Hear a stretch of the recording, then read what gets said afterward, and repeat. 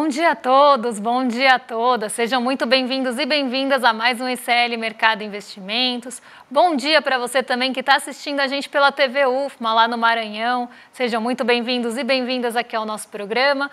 Hoje, terça-feira, dia de divulgações importantíssimas, saíram muitos dados aqui do Brasil e de fora e a gente vai trazer aí para vocês os principais deles. Então, a gente vai falar de serviços, vamos falar de OPEP, que saiu o relatório do petróleo, tem levantamento sistemático de produção agrícola, vamos ver como é que está aí a safra de 2024 em relação a 2023, vamos ver aí como é que está também a distribuição dessa área plantada. Tem um monte de assuntos aí para falar com vocês, porque também saiu a ata do Copom hoje. Então, dia de agenda cheia. Se ontem estava esvaziada, hoje não está mais. Mas antes de tudo isso, André, bom dia, como você está? Bom dia, Débora. Bom dia a todos os nossos telespectadores. Um bom dia especial ao pessoal de São Luís, no Maranhão e região que está vendo a gente pela TV UFMA. Saiu o setor de serviços hoje, tem a ata do Copom, saiu o levantamento agrícola. Vamos ver aí o que esperar aí para a nossa agricultura durante esse ano. Tem muito assunto hoje, tem bastante coisa, então não vamos perder muito tempo não, então a gente já vem aqui agora para falar aí da nossa agenda, né, Débora? Então o que a gente pode esperar aí no dia de hoje? Hoje temos balanços aí que foram divulgados antes da abertura, então a gente ainda está nessa temporada de resultados corporativos, então o que saiu aí já pela manhã?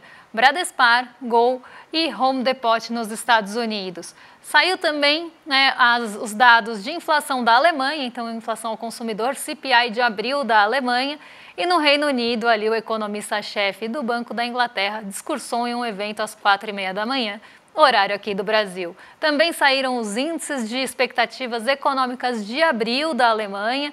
Então ali a Europa e zona do euro de uma forma geral tendo ali bastantes divulgações também ali de alguns resultados e alguns arranjos que estão ali sendo feitos entre empresas, principalmente ligadas à mineração e siderurgia, na verdade mais siderurgia ali na zona do euro, também impactando bastante as bolsas europeias nessa manhã. Às 8 horas da manhã saiu a ata do Copom, a gente vai trazer aí os detalhes dessa ata, o que defenderam ali cada um dos lados, né, da ata do Copom, né, quais foram as justificativas, e o mercado está bem ansioso por isso, para ver quais foram as justificativas de quem defendeu o corte de meio ponto, e a gente vai contar para vocês justamente isso. Saiu às 9 horas a pesquisa mensal de serviços de março, a gente também vai trazer aí os dados para vocês, e saíram também os levantamentos da safra de grãos 2023 e 2024, dado também que a gente vai trazer. Saiu no Departamento de Trabalho dos Estados Unidos hoje, preços ao produtor e núcleo, então um dado também bastante aguardado, embora a gente tenha uma expectativa muito grande pelo dado de amanhã, que é o CPI, né, que é o Índice de Preços ao Consumidor. Hoje já saíram os dados aí de preços ao produtor nos Estados Unidos, já adianto que ficou levemente acima do esperado.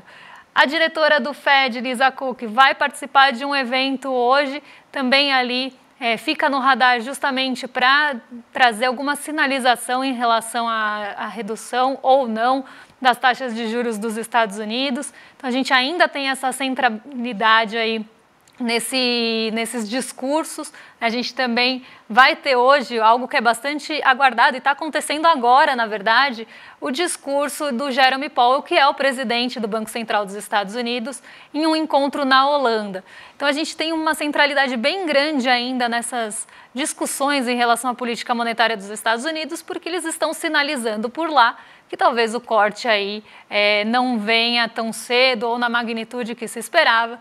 Então, a fala aí do Jerome Powell é muito esperada hoje, embora a gente tenha também dirigentes do Banco Central Europeu no mesmo evento. O pessoal está olhando muito aí para o Jerome Powell. A gente tem na Argentina hoje, no fim do dia, a inflação ao consumidor, CPI de abril, e aqui no Brasil, depois do fechamento, balanço da Banrisul. Vamos então, hoje a gente nem vai falar. Temos mais balanços aí. Tem mais balanço ainda? Vamos lá, agora já finzinho aqui. Tem JBS, tem Nubank, hoje também divulgando balanço depois do fechamento. OPEP, que divulgou já, está aqui ao longo do dia, mas já divulgou relatório mensal de petróleo, a gente vai trazer dados para vocês. E também tem ali uma reunião acontecendo na Bélgica ainda, aquela mesma reunião do Conselho de Assuntos Econômicos, onde vai participar aí o vice-presidente do Banco Central Europeu. Agora terminou a agenda. Estava extensa. Estava bem extensa, né? Tanto por isso que a gente hoje nem vai fazer aquele giro pelo mundo, até porque mercados asiáticos não trouxeram nenhuma novidade, nem nada. Então a gente já vai para o Brasilzão agora, vamos falar aí da pesquisa do setor de serviços, que teve uma alta de 0,4% em relação ao mês anterior. A gente estava vindo de uma queda de 0,9%. A gente estava em 3 altas consecutivas, teve a queda em fevereiro e voltamos a crescer agora no mês de março, né? Então, esse aí é um dado importante justamente porque deve ter um grande dinamismo o setor de serviços aí para a nossa economia nesse momento. Eu coloquei aqui uma tabelinha para vocês entenderem aqui o que impulsionou e o que atrapalhou, vamos dizer assim, a alta do setor de serviços aí nesse mês. A gente tem, então, que subiu 0,4%, mas a gente teve alta expressiva em 2 pontos, principalmente. Alojamento e alimentação, que é hotéis, bares e restaurantes. Então, o brasileiro foi procurar aí bastante atividade de lazer aí nesse mês de março. A gente viu aí que o comércio ficou estagnado nesse mês, então o brasileiro usou o seu excedente de renda dessa vez aí para se divertir um pouco, ir num restaurante diferente, tomar uma cerveja no barzinho. Então, basicamente isso que ele fez. Outra coisa que aumentou bastante foram os serviços profissionais, aqueles serviços que as pessoas procuram aí, as pessoas e as empresas também, como por exemplo um contador, um pedreiro, um encanador, um auxiliar aí administrativo em escritório. Então você também teve essa alta, essa procura aí desses serviços profissionais. O que caiu nesse mês? Outros serviços prestados às famílias. Então as famílias elas foram se divertir, mas elas não consumiram muito cabeleireiro, manicure, serviços assim, lavanderia. Então serviços que a gente usa assim fora da alimentação, alojamento, restaurante aí que as famílias acabam utilizando. Então você teve uma queda de 2% da procura desse serviço. Os transportes, ou seja para carga, seja para pessoas mesmo assim, também tiveram quedas no gerais. Se a gente observar os serviços terrestres tiveram uma queda de 0,5% e o aéreo teve queda de 1,8%. E os serviços de correios e armazenagem cresceu 0,2%. Então, o que a gente pode resumir aí dessa ópera toda, né? Que os serviços cresceram porque teve uma maior procura das famílias para lazer, consumo maior aí. As famílias gastaram dinheiro aí procurando atividades de lazer em bares, restaurantes e hotéis, e também porque teve uma procura maior aí de profissionais aí qualificados para realizar alguma atividade específica. Então, basicamente foi isso que aconteceu no setor, Débora. E o mercado estava esperando, inclusive, uma alta, mas uma alta menor do que 0,4, era esperado uma alta de 0,3, e a projeção vinha ali, né, de alta, depois da queda de fevereiro, mas puxada também por incrementos de renda. Então, o brasileiro, frente a uma renda maior, poderia gastar mais com serviços, e essa era a projeção. E ainda há quem defenda, né, que renda alta não é bom, sendo que serviços é um setor super importante aqui para a nossa economia urbana. E foi puxada aí também muito por incremento de renda. Quem tá preocupado com renda alta, você sabe quem é, né? Nosso querido Bob Fields III aí, que mostrou aí na ata do Copom aí algumas preocupações que ele tem com a economia brasileira. A gente tem notícia aqui para vocês verem aqui da ata do Copom, né? Então a gente saiu e apareceu de uma maneira mais técnica, uma ata bem longa, dessa vez estava comentando inclusive com a Débora, né? Uma ata de 7 páginas aí, teve que acabar sendo uma ata bem explicativa, inclusive porque teve uma grande divergência, né? Teve pessoas que votaram por queda de 0,25, teve pessoas que votaram por queda de meio ponto percentual aí na economia. O que está colocado na ata aí de importante para a gente pontuar, né? Primeiro, que o Banco Central se preocupa com o cenário externo, falando que a política norte-americana de taxa de juros está atrapalhando a política monetária brasileira de taxa de juros, então por isso que aconteceu uma desaceleração do ritmo de queda, coisa que, por exemplo, a gente aqui questiona, porque mesmo se a gente tivesse uma queda de meio ponto percentual, a gente ainda estaria com uma das maiores taxas reais de juros do mundo. Não faz sentido o Brasil ter uma taxa de juros real maior do que da Turquia, da Argentina, da Rússia, então não faz o menor sentido a gente ter essa taxa de juros tão grande, teria espaço para quedas maiores. E o segundo ponto aí que a gente também tem, ele fala aí desse aquecimento maior do que o esperado aí da economia brasileira. Então, esse aquecimento gera pressões inflacionárias, não na inflação como um todo, mas em algumas partes específicas. Então, ele está falando aí da inflação de serviços, ou seja, a inflação que mostra um aumento de renda das pessoas que trabalham nesse setor. Então, não é bom, as pessoas estão com renda aumentando, então não vale a pena.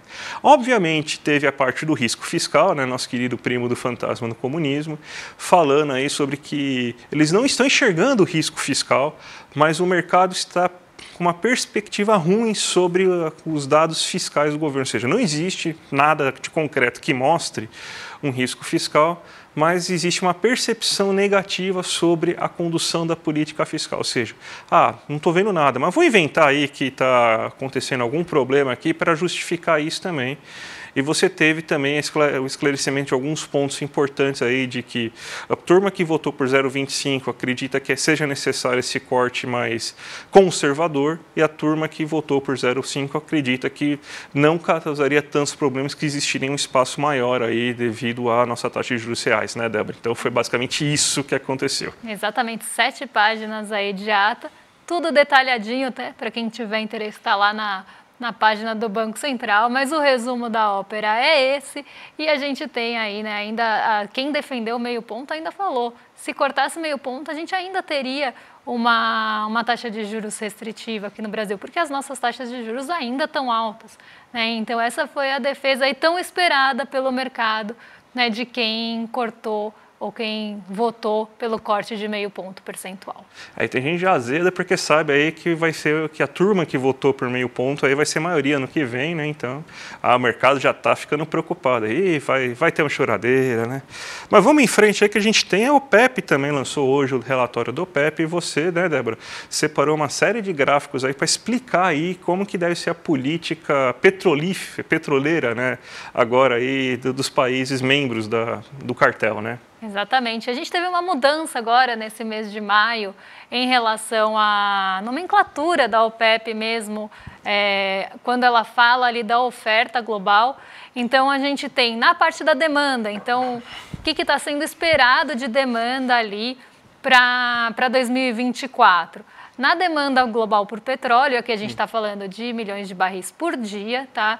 O total da OCDE ficou em 46 milhões de barris por dia, da China 17, tendo uma variação pequena para cima ali, então a demanda da China foi revisada para cima nesse relatório agora do mês de maio.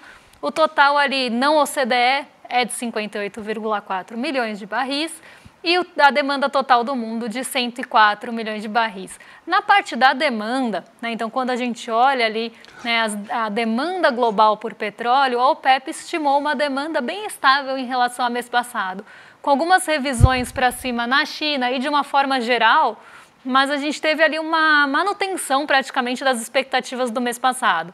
Então, a gente não tem uma expectativa por parte da OPEP, desse relatório, que a gente vai ter aí uma demanda maior nesse ano de 2024. Então, as demandas ficaram bem estáveis. Na parte da oferta, a gente teve, então, a mudança de nomenclatura, porque os países, antes vinha países OPEP e países não OPEP, produção em cada um dos países, produção esperada ali. Agora a gente tem essa mudança de nomenclatura de produção de países que não participam da declaração de cooperação, produção do OPEP e produção fora do OPEP de países que participam da declaração de cooperação aí em relação à oferta e produção do petróleo. Então, quem assina a declaração de cooperação, mas não está dentro do OPEP. E a gente tem, inclusive, ali um dado que somos 2. Quando a gente olha a oferta global, a gente tem uma oferta vindo aí maior de países que não participam da declaração, então que seriam antigamente os fora da OPEP, 52,96 milhões de barris de petróleo por dia. A produção da OPEP ficou bem estável, tá? Então não teve ali uma mudança, apesar da mudança de nomenclatura, mudar um pouquinho ali a visão da oferta global, a gente não tem uma mudança, um aumento, um incremento de produção da OPEP, algo que era bastante esperado. Né, a gente viu, inclusive, em relatórios anteriores, cortes na oferta global, na oferta não global, mas da parte da OPEP.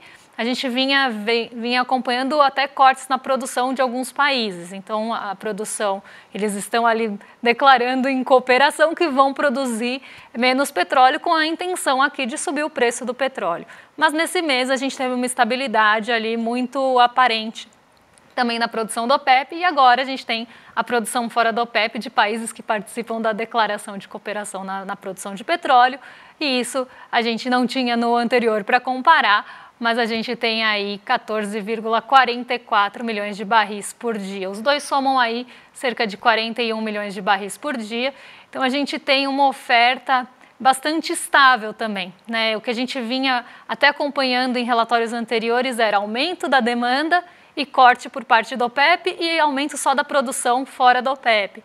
Nesse mês a gente teve uma estabilidade, então um relatório aí bem marcado por estabilidade. Agora um ponto bem interessante, que a OPEP faz um levantamento de quem deve ser ali o condutor da oferta global, né, de petróleo. E ela traz esses dados em relação ao ano passado, então a produção de 2024 em relação à produção de 2023, qual deve ser o incremento, e quanto ali alguns países devem contribuir para essa oferta de petróleo e quem deve impulsionar e se destacar na oferta de petróleo. E aí a gente tem um dado interessante, porque pensando aí na comparação em relação ao ano passado, os Estados Unidos estão aí em primeiro lugar, né, no crescimento anual de oferta de barris de petróleo por dia, o Canadá vem em seguida e o Brasil, né, que já vinha aparecendo em outros relatórios aí como um possível impulsionador da oferta dos países que estão fora da declaração de cooperação. O Brasil aparece aí em terceiro lugar e a Noruega em quarto lugar. E aí dentro que eles chamam de non-doc, que é justamente fora da declaração de cooperação, a gente tem um crescimento anual aí, então 2023 comparado com 2024 comparado com 2023 de 1,23 milhões de barris de petróleo por dia, vindos na verdade de fora da OPEP, de fora da declaração de cooperação. Então, a gente tem um incremento em relação ao ano passado, que ficou muito estável, foi em relação também a mês passado. Então, a gente tem sim uma oferta maior vinda ali de fora da OPEP, enquanto a OPEP foi praticamente estável em tudo. Então, se tivermos aí em relação ao ano passado algum aumento de oferta, virá aí de países de fora da OPEP e os grandes impulsionadores aí serão esses 4 países, incluindo o Brasil. Débora, vamos pular agora a matéria aí que a gente tinha preparado aí da safra agrícola, né? A gente pode falar ela amanhã, que amanhã vai ter um pouco mais de tempo, né?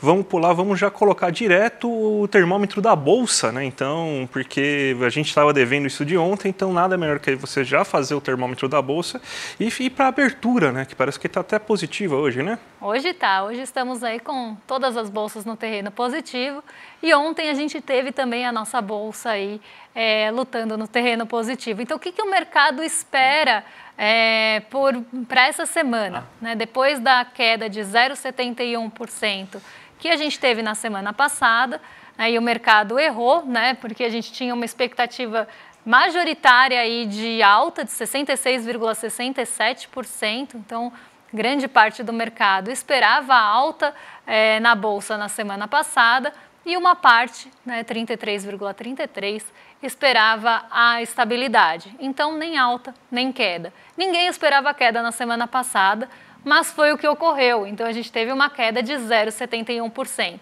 Nessa semana é esperada uma recuperação. E aí é uma semana ali ardilosa, uma semana espinhosa essa semana, porque a gente tem divulgações importantes de inflação nos Estados Unidos e pronunciamentos de dirigentes do Fed acontecendo dia após dia. E hoje ainda temos aí pronunciamento do Jerome Powell, que é o presidente da entidade. Então a gente tem algum potencial, né, principalmente de quarta-feira para frente, que é quando saem os dados de inflação ao consumidor nos Estados Unidos, da Bolsa mudar de direção.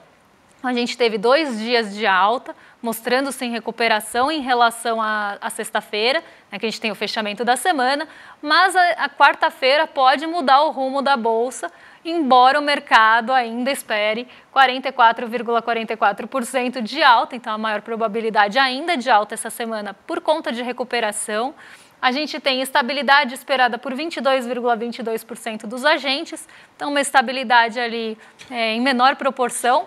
E a gente tem 33,33% dos agentes esperando queda nessa semana que eu falei que vai acabar sendo um terreno aí um pouco difícil de conseguir fôlego para subir, dependendo de como virem os dados dos Estados Unidos na quarta.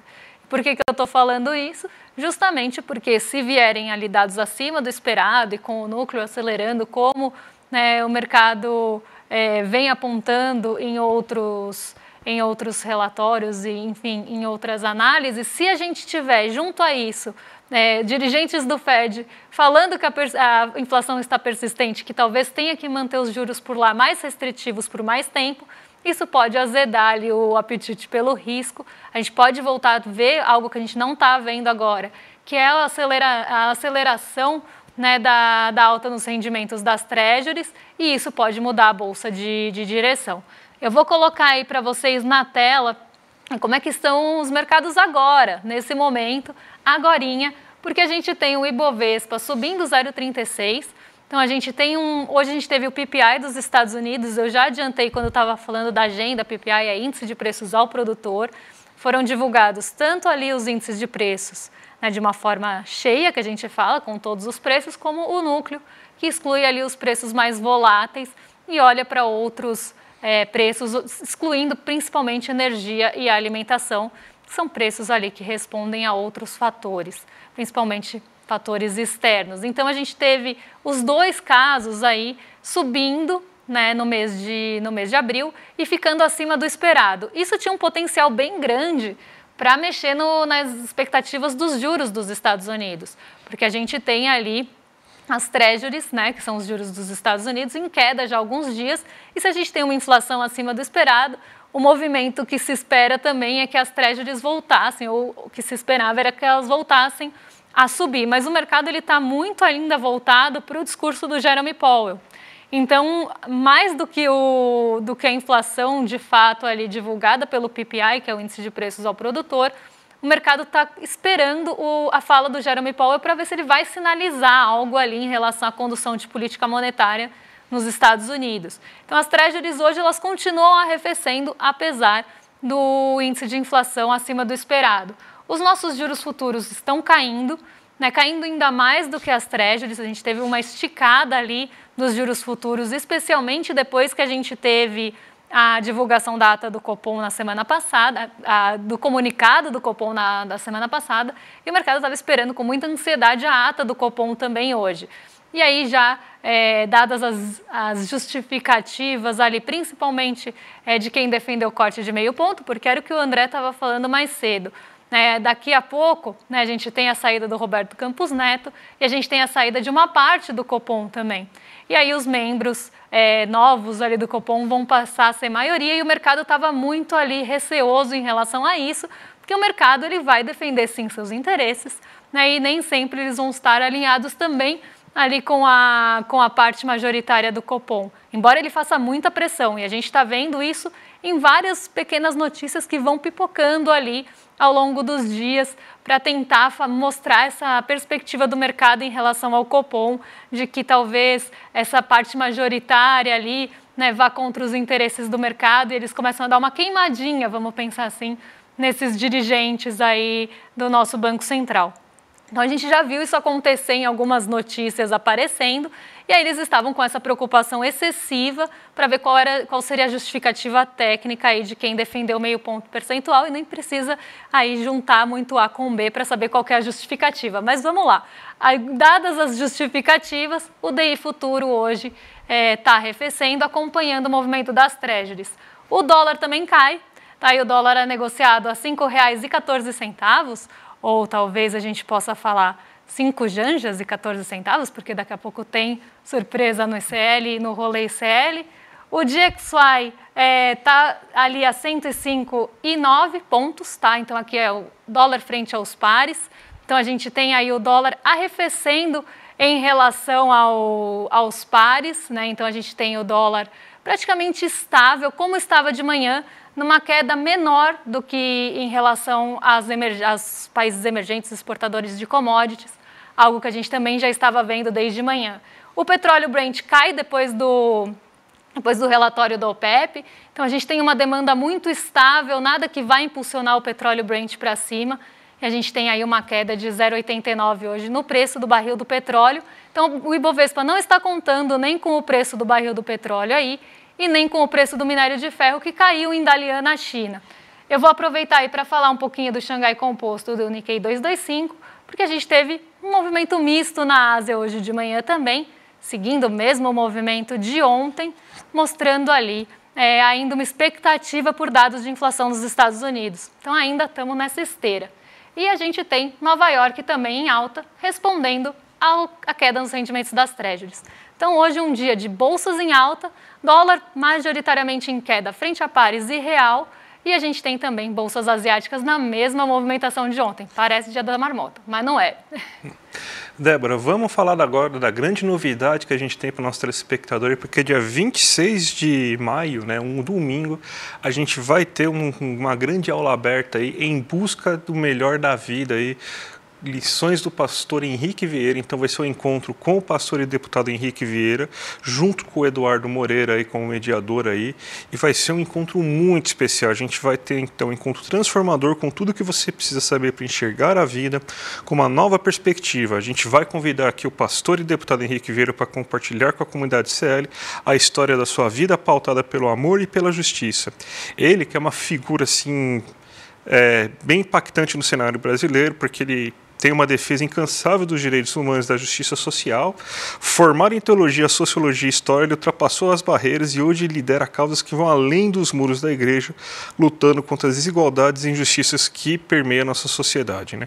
Então a gente tem inclusive aqui um videozinho aqui para mostrar para vocês aí, para vocês já terem uma prévia aí do que vai aparecer nesse encontro super especial. Não dá para misturar política e religião. Ou política e religião são duas coisas que não se discute. Isso é uma bobagem, né? A gente vive num país que tem maioria católica e evangélica. Se você somar os dois grupos, você tem aí mais de 80% da população e sempre essa discussão vai existir. A diferença é a maneira como a gente aborda essa discussão. E é possível abordar essa discussão de uma maneira digna e até amorosa. E quem nos ensina isso é o pastor Henrique Vieira, uma das maiores lideranças que esse país já teve e tem nos dias de hoje. Ele vai ter um encontro histórico com a gente aqui no ICL para nos passar um pouco dessas lições de amor revolucionário e contar um pouco dessa história inspiradora que é a sua trajetória de vida. Para você se inscrever, o encontro vai acontecer dia 26 de maio, domingo às 8 horas da noite, é só clicar no link aqui embaixo. E gratuitamente, em poucos segundos, você vai estar inscrito. Não perde essa chance não. E chame seus amigos e amigas para participar também. Um abraço e até lá. Imperdível, gente. Então, vai aparecer o link aí embaixo para você, iclmercado.com.br. Já se inscreve na aula. Aí no dia 26 o sininho vai tocar para vocês lá do YouTube. Então, vocês vão estar, já nem precisa lembrar durante a semana, o YouTube vai lembrar para vocês. Mas é imperdível. Se inscrevam aí, tá bom, gente? E a Adélia aqui no chat pegou a minha referência agorinha, mas agorinha vocês ficam aí com o Rolê ICL com uma convidada especial, que é a Janja. Não quero deixar a primeira-dama esperando e nem os rolezeiros que estão aí no chat ansiosíssimos. Então vou deixar vocês em excelente companhia, a gente volta amanhã, trazendo também mais uma dívida que a gente tem para cumprir aí com vocês, mas a gente volta amanhã então com mais ICL Mercado Investimentos. Um beijão e até lá. Até amanhã, gente. Tchau, tchau. Ele diz ser um revolucionário, mas explica. É um revolucionário porque o amor é uma força revolucionária.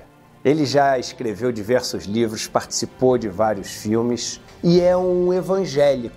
Mas ele mesmo nos diz todos os dias que ser evangélico não quer dizer ser extremista. Ele vai falar tudo isso pra gente e nos dar lições de superação e de amor no dia 26 de maio, um domingo, às 8 horas da noite. Pastor Henrique Vieira, uma das maiores lideranças que esse país já viu, com a gente, no Instituto Conhecimento Liberta. Para você participar desse encontro, é só clicar no link aqui embaixo e gratuitamente, em poucos segundos, se inscrever. Se inscreve e chame seus amigos e amigas para participar também. Ninguém pode perder esse encontro maravilhoso.